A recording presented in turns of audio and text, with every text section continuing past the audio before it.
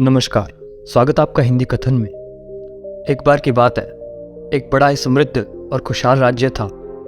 इस राज्य का राजा बड़े ही साफ दिल का था, सेवा भावी और भगवान में अटूट विश्वास रखने वाला था।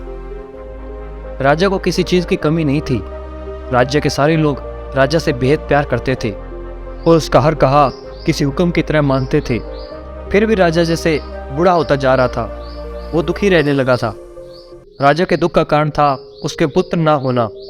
हालांकि राजा की एक पुत्री थी जो बड़ी हो चुकी थी और उसके विवाह का विचार भी राजा के मन में चल रहा था।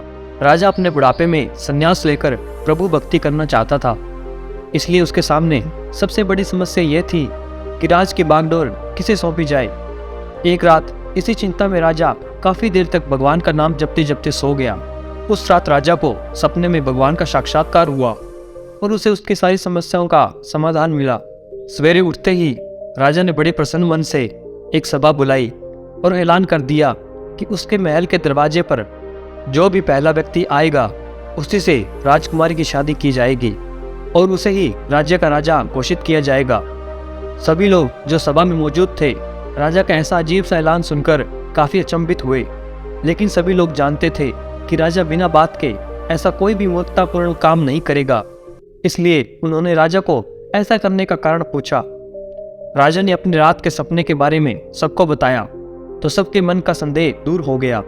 राजा के ऐलान का तुरंत पालन किया गया और थोड़ी देर बाद सैनिक एक युवक को सभा में लेकर आए जो मैले पुराने कपड़े पहने हुए था। राजा के ऐलान के अनुसार उस गरीब को राजा बना दिया गया।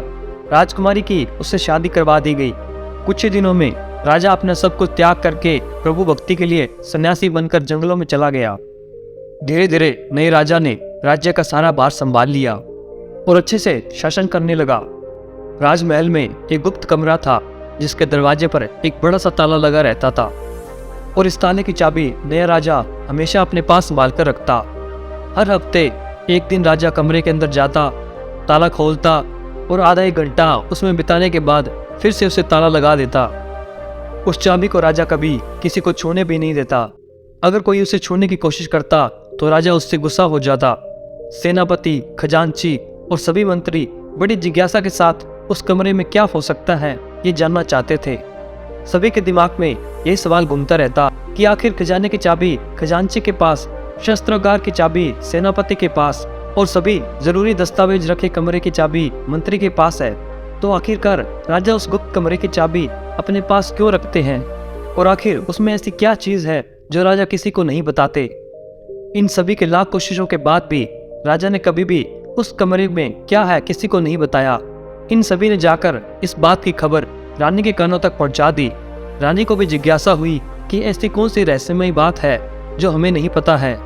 रानी ने राजा के उस रहस्य को जानने के लिए हट पकड़ लिया। रानी ने खाना पीना सब त्याग दिया।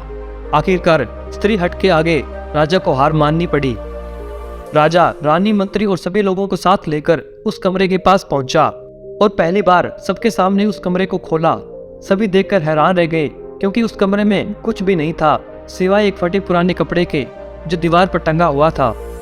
मंत्री ने फटे कपड़े को अपने हाथ में लेते हुए राजा से कहा, महाराज, यहाँ तो इस फटे कपड़े के सिवा कुछ भी नहीं है।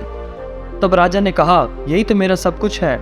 जब जब मुझे किसी वस्तु का घमंड होने लगता है या जब मैं अपने आप को दूसरों से उत्तम समझने लगता हूँ, तब तब इस कमरे में आकर मैं अपनी असलियत को देख लेता हूँ और मुझे याद आ जाता है कि जब मैं इस राज्य में आया था तब मेरे पास इसके अलावा कुछ भी नहीं था और मेरा सारा घमंड खत्म हो जाता है। तो दोस्तों, हम अपने भूतकाल को याद रखकर वर्तमान में गलतियाँ करने से बच सकते हैं। समय हमेशा बदलता है, इसलिए हमें ये हमेशा याद रखना चाहिए कि अगर आज हमारे पास सब कुछ है तो वो हमेशा नहीं रहने वाला। इसलिए हमें हमेशा नम्र बने रहना चाहिए और हमेशा सत्य और धर्म के राह पर चलते हुए परमात्मा को प्राप्त करने का यत्न करना चाहिए।